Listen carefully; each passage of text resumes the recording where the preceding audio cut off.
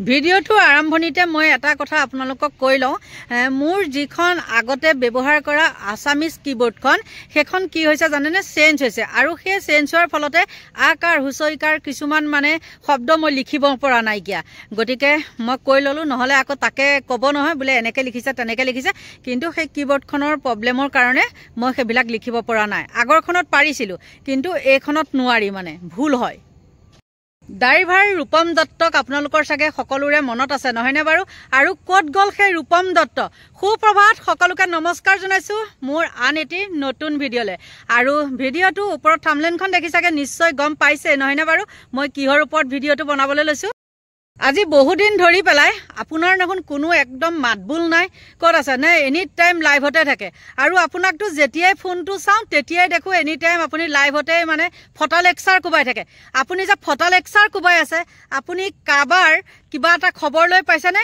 সেই কাজিৰঙাত যে ছোৱালজনীয়ে সেই ড্ৰাইভাৰজনৰ বুকুত ধৰুতে আপুনি বৰ মতা দেখালে একে ড্ৰাইভাৰৰ আপুনি পাবত গজা বাপেক আপুনি মানে যতে যি হয় ড্ৰাইভাৰ একদম আপুনি ৰূপম দত্ত গৈ তাত হাজিৰ হ'ব কিন্তু সেই ৰূপম দত্ত এতিয়া ক'ত গ'ল কিমানৰ মানুহৰ ঘৰত যে এতিয়া হাহাকাৰমৰ পৰিস্থিতি সৃষ্টি হৈছে কিমানৰ যে বুকু উদং হৈছে আপুনি কাবা ঘৰত খবৰ লৈ পাইছেনে হেতু সময়ত দেখোন আপুনি একেবাৰে ডিঙি খি ফুলাই ফুলাই খুব চিঞৰ বাখৰ কৰিলে একেবাৰে ড্ৰাইভাৰখন থা আমুক ড্ৰাইভাৰখন থা তুমি আমাক একদম মাফ খুজিবই লাগিব কিন্তু সেই মদাহী কিছু ড্ৰাইভাৰে এতিয়া যে কিমানৰ ঘৰ খুদা কৰিলে একমাত্ৰ উপাৰ্জনকাৰী বিলাককো মানে একফালৰ পৰা মহতিয়াই নিছে তাৰ হিচাপ ৰাখিছেনে নে সেইবিলাকৰ ঘৰত আজিলৈকে আপুনি ভৰি থৈ পাইছেনে নিশ্চয় নাই পোৱা কিয় পোৱা নাই কাৰণ আপুনি বিজেপি ধেমা ধৰা মানুহে সেইবিলাকত যাব নোৱাৰে নহয় গম পাইছে আৰু আপোনাৰ পিছতে কি কৰিছে এই যাকে টিলিঙা হৈ পেলাই ঘূৰি আছে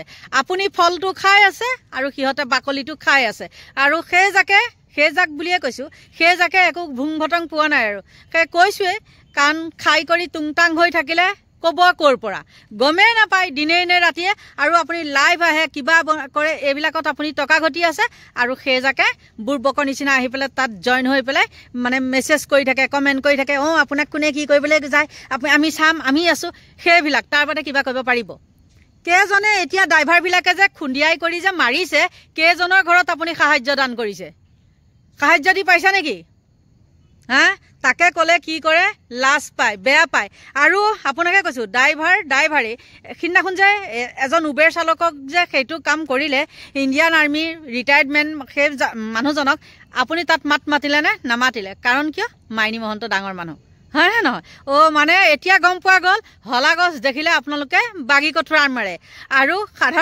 কোনোবাই যদি সাধাৰণ মানুহে যদি আপোনালোকৰ ড্ৰাইভাৰৰ ওপৰত আঙুলি টুৱাই তেতিয়া একদম আপোনালোক বৰমতা সীমানৰহে মানে বৰমতা সীমানৰহে এখিনিতে মই আপোনালোকক এটা অনুৰোধ কৰো আপোনালোকে যাৰ ঘৰত এইবিলাক কাণ্ড হৈছে যোন এৰিয়াত ড্ৰাইভাৰে মহতিয়াই নিছে এক্সিডেণ্ট হৈ যিমানৰ মানে ঘৰত কান্দোনৰ ৰুল উঠিছে তেওঁলোকে ইয়াক ধৰক ইয়াক বুলি কৈছো ইয়াক তাৰ মানে ৰূপম দত্তক কাৰণ মই এটা ক্লিপ আপোনালোকক লগাই দিম তাৰ কথা শুনিব আৰু কাজিৰঙাৰ আছিলে সেইটো আৰু ছোৱালজনী আছিলে গুৱাহাটীৰ কোনে বাৰু আপোনালোকে কবচোন কোনে ৰৈ থকা গাড়ী এখনক বেলেগ এখন গাড়ীয়ে আহি পেলাই খুন্দিয়াই দিলেহি কোনোবাই এৰি দিব নেকি মই হলে এৰি দিম নেকি সেই ছোৱালজনীৰ কাৰণে কিন্তু মাফ খুজিছিলে মই হোৱা হয় কিন্তু কেতিয়াও আমি ঘেণ্টাও মাফ নোখোজে গম পাইছে এতিয়া আপোনালোকলে সেই কাজিৰঙাৰ যে সেই ছোৱালজনীয়ে ড্ৰাইভাৰ এজনৰ যে বুকুত ধৰিছিলে সেই ভিডিঅ' ক্লিপটো লগাই দিছো আৰু আপোনালোকৰ মনলৈ সেইটো প্ৰশ্ন আনি দিছো ৰূপম দত্তই কি কৈছিলে ড্ৰাইভাৰসকলৰ সি বাপেক হয় নে নহয় সি হ'বও পাৰে পাপত গজা বাপেক গতিকে ভিডিঅ'টো চাওক আকৌ লগ পাই আছো কাৰোবাৰ বুকুত ধৰাটো ভুল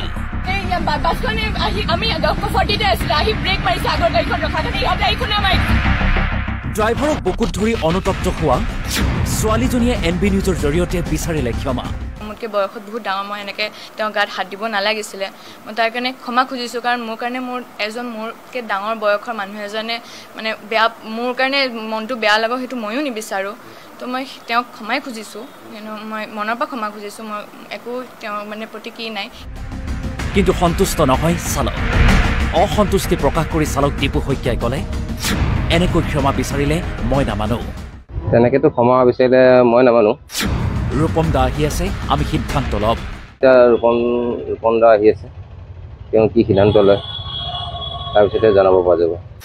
কাজিৰঙাৰ সেই ঘটনাত আচলতে ভুল কাৰ?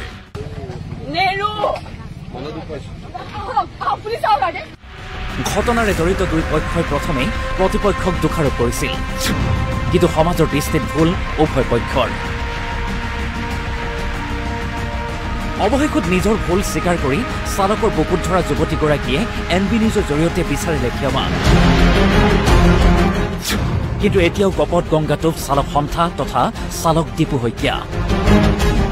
চালকগৰাকীৰ মতে ক্ষমা খোজাৰ পদ্ধতি ভাল হোৱা নাই, যেনেদৰে বুকুত ধৰা পদ্ধতি ভাল নাছিল। তেনেহলে কি কৰিলে বা কেনেকৈ ক্ষমা বিচাৰিলে সন্তুষ্ট হ'ব চালক? তেওঁ ধৰি আছে বুকুত, মোক বহুত পাব্লিকে কৈছে যে বুকু পৰা ইডক ড্ৰাইভাৰজনক বুকু পৰা ইডক, নাই তাই কোনো পদ্ধতি নামানে। তেওঁ মাকেও কৈছে, মাকক উল্টাত ধমকিয়ে দিছে যে নিৰু মই। তাৰপিছত সাংবাদিক গ'ল, সাংবাদিক যোৱাৰ পিছতো সাংবাদিকে কৈছে এৰিবলৈ, নাই তেওঁ নেৰে। পিছত পুলিচৰ মানুহ গৈছে, পুলিচৰ মানুহ যোৱাৰ পিছতহে তেওঁ মোক বুকু পৰা এৰিছে। পিছত পুলিচে মোক থানালৈ লৈ আহিছে। তেনেকৈতো ক্ষমা বিচাৰিলে মই নামানো, মোক ডাইৰেক্টলি ক্ষমা বিচাৰিব লাগিব। আবেগৰ বৰ্ষৱতী হৈ নকৰিবলগীয়া কাম কৰিলে যুৱতীগৰাকীয়ে, সেই মৰ্মে ক্ষমাও বিচাৰিলে অনুতপ্ত যুৱতীয়ে। সামাজিক মাধ্যমত হোৱা চৰ্চা অনুসৰি ইমানতে শেষ হ'ব লাগিছিল বিষয়টো। দুৰ্ঘটনা সদায় দুৰ্ঘটনাই, সৰু বুলি কোনেও নকৰে একোটা দুৰ্ঘটনা। তেনেস্থলত চালকগৰাকীৰ এই হুংকাৰে বিষয়টো আৰু অধিক গভীৰলৈ যে ঠেলি পঠাব সেয়া নিশ্চিত। চালক সন্থাই বান্ধি দিয়া সময়তকৈ পূৰ্বেই ক্ষমা বিচৰা যুৱতীগৰাকীৰ বিৰুদ্ধে এতিয়াও সিদ্ধান্ত ল'বলৈ বাকী আছে চালকৰ। ক্ষমা বিচৰাৰ পাছতো যুৱতীগৰাকীলৈ আহিব নেকি নতুন বিপদ? সেনেকৈ অলপ তৰ্কাতৰ্কি হ'ল। তাৰপিছত ইয়নৰ গাড়ীৰ মানুহখিনিও নামিলে, হণ্ডা মেজৰ মানুহখিনিও নামিলে। তো মানে তেওঁ অলপ ছাইড কাটা গ'ল, চবৰে মানে পুলিচ কেছ সেইবোৰ কথা ওলাই গ'ল ন। তো মানে তেওঁ সেই ড্ৰাইভাৰজন অলপ ছাইডত অহাৰ নিচিনা। তো মোৰ লাগিলে যে চাগে তেওঁ পলাই দিয়ে নেকি, কিন্তু নিউজত আহি থাকে ন ড্ৰাইভাৰবোৰ এনেকৈ এক্সিডেণ্ট কেছ কৰি পলাই দিয়ে। তো মই মানে ক'ত ধৰোঁকৈ তেওঁ কলাৰটো পুটুককৈ তেওঁ টি চাৰ্ট পিন্ধি আছিলে, পলাবই নিচিনা লাগিছিলে। তেওঁ চাইডেদি ক'তবা গৈ আছিলে। তো মইতো পলাব বুলি ভাবি ল'লোঁ, কাৰণ পাই থকা যায় ন নিউজত এক্সিডেণ্ট কেছ কৰি পলা। তো মই পুটুককৈ তেওঁক এনেকৈ ধৰি ৰাখিলোঁ। হয়, এইটো মোৰ ভুল হৈছে, মই মানি লৈছোঁ। মই তাৰে কাৰণে ড্ৰাইভাৰজনক আগত ক্ষমা প্ৰাৰ্থী যে মই তেওঁৰ বুকুত এনেকৈ ধৰিব নালাগিছিলে। কিন্তু মোৰ সঁচাই তেনেকুৱা সেইখিনি সময়ত লাগিলে যে তেওঁ চাগে পলাই দিব।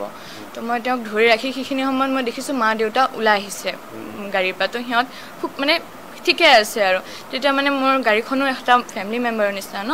তো সেইখন মোৰ গাড়ীখনৰ কথাখিনি যে কম আপোনালোকে বাইদেউলত দেখি আছে, সেইখিনি গাড়ীখনৰ ইম'শ্যনছখিনি ওলাই আহিলে যে মই শিকি থকা গাড়ী, কিন্তু গাড়ীখন মই চলোৱা নাছিলোঁ, গাড়ীখন মোৰ দেউতাই চলাই আছিলে। সেইখিনি বহুত ভাইৰেল হৈছে যে মই চলাই থকা গাড়ী হাইৱেত কিয় চলাইছে ছোৱালীয়ে, কিন্তু মই চলোৱা নাছিলোঁ, দেউতাই চলাই আছিল। মোৰ সেইখিনি ইম'শ্যনতে ওলাই গ'ল যে গাড়ীখন মোৰ শিকি থকা মৰমৰ গাড়ীখন ক'ৰবাত লাগি যাব বুলি ময়ে লাহে লাহে চলাওঁ। সেইখন যেতিয়া খুন্দা লাগিছে মোৰো ইম'শ্যনছত লাগিছে। মা দেউতা ঠিকে আছে কাৰণে মই মানে লাইফৰ ওপৰত কথাটো সেইখিনি সময়ত ইম'শ্যনছত নোলালে। কিন্তু আমি বহুত মানে কি হয় যে আমাৰ একো নহ'ল যে সেই এক্সিডেণ্টত, সেইটো মই পিছত বুজি পাইছোঁ আমাৰ যে একো নহ'ল। সেইখিনি কথা নিউজত নোলালে মানে মোৰ ৰিলটোত, কিন্তু মই সেইখিনি মানে লাইফটো বেছি ইম্পৰ্টেণ্ট আমাৰ কাৰণে। তেওঁ পুটুককৈ মই সেইজনী সৰু ছোৱালী, তেওঁ মোতকৈ বয়সত বহুত ডাঙৰ, মই এনেকৈ তেওঁ গাত হাত দিব নালাগিছিলে। মই তাৰ কাৰণে ক্ষমা খুজিছোঁ, কাৰণ মোৰ কাৰণে মোতকৈ ডাঙৰ বয়সৰ মানুহ এজনে মানে মোৰ কাৰণে মনটো বেয়া লাগক সেইটো ময়ো নিবিচাৰোঁ। তো মই তেওঁক ক্ষমাই খুজিছোঁ, কিন্তু মই মনৰ পৰা ক্ষমা খুজিছোঁ। মই একো তেওঁৰ মানে প্ৰতি কি নাই। নিশ্চয় ভিডিঅ'টো দেখিলে আৰু আপোনালোকৰ কথাখিনি মনত পৰিলে নহয়নে?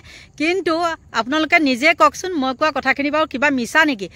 তেওঁ এই ৰূপন দত্ত বোলাজনে কাবাৰ এঘৰত এইবিলাক যে মৰিছে, সেই তেওঁলোকৰ ঘৰত বাৰু খবৰ লৈ পাইছেনে?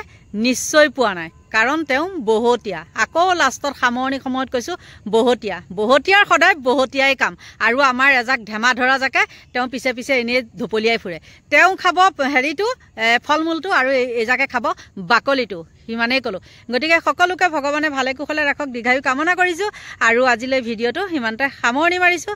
যদি আপোনালোকে মোৰ ভিডিঅ' চাই ভাল পায় তেতিয়াহ'লে লাইক কৰিব, কমেণ্ট কৰিব, আৰু নতুনকৈ যিসকলে চাই আছে তেওঁলোকে ছাবস্ক্ৰাইব কৰিব। আজিলৈ বাই বাই।